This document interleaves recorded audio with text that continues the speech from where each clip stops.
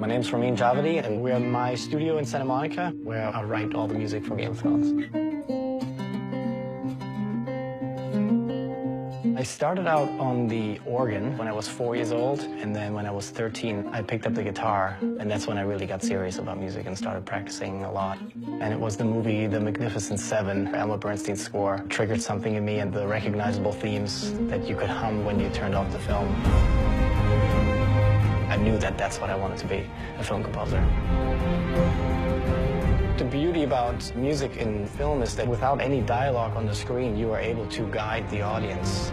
And with Game of Thrones, we're able to guide the audience either in the right direction or the wrong direction, and that's something that's been fun. By moods or by playing a certain theme, you're able to tell a story.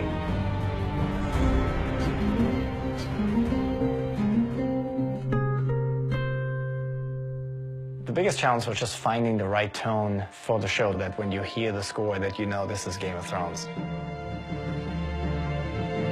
From the beginning, we knew we wanted themes, but we also knew that we couldn't have too many themes right away because there's obviously a lot of characters, there's a lot of different houses, there's a lot of plots. And if you convolute it too soon, I think it actually would have been confusing for the audience. So we actually, on purpose, held off with themes for certain characters. For example, Theon, or the Greyjoy theme, didn't exist until season 2. Arya, for example, we used the Stark theme for her, but she also has her own theme once she got on her own.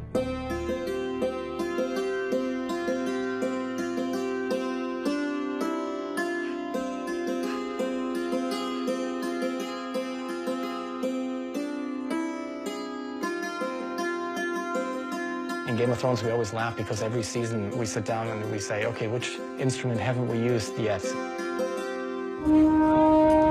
Most of the orchestral instruments I've used, so strings, French horns, trombones, percussion. The didgeridoo we used for the wildling, so that's kind of an interesting instrument that's different. There's an Armenian duduk that we used for the Dothrakis. It's like an ethnic version of an oboe, basically. When I start working on a scene, I just watch the scene without even playing. I try to hear the tempo in my head, and once I have that, I can play along. I now proclaim Cersei of the House Lannister, protector of the Seven Kingdoms. I usually start writing on one instrument first. It can be piano, or it can be a string pad. I sketch out the scene, and then once I feel I have the right shape, then I go back and then I start arranging and orchestrating the scene, and then I add all the different layers of instrumentation. While the episode is still edited, everything just stays in the computer and everything is just done digitally. And once the picture is locked, then I go in and actually record it with real musicians. And I feel that's the most rewarding thing. I still get goosebumps when I hear them play the music. I just get huge inspiration from just seeing the sets, from just seeing how epic everything is, and then meeting the actors. That's inspirational for me as well. Just standing on the side and just watching. I want to just go back to the studio right away and start writing. This is the piece from episode 610, this long build-up of Cersei's trial. The interesting thing about this piece is that this is actually the first time in Game of Thrones history that we use the piano. So the minute that plays,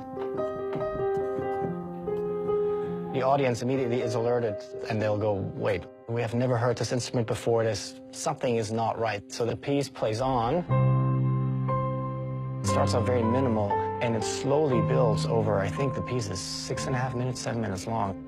The next element that comes in are two boys singing.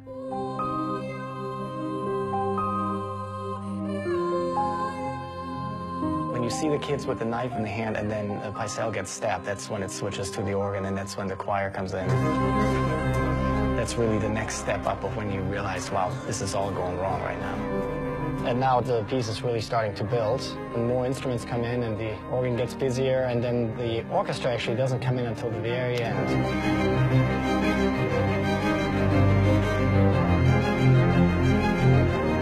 This section is actually interesting because I actually snuck in the main title theme, so you can hear it right here.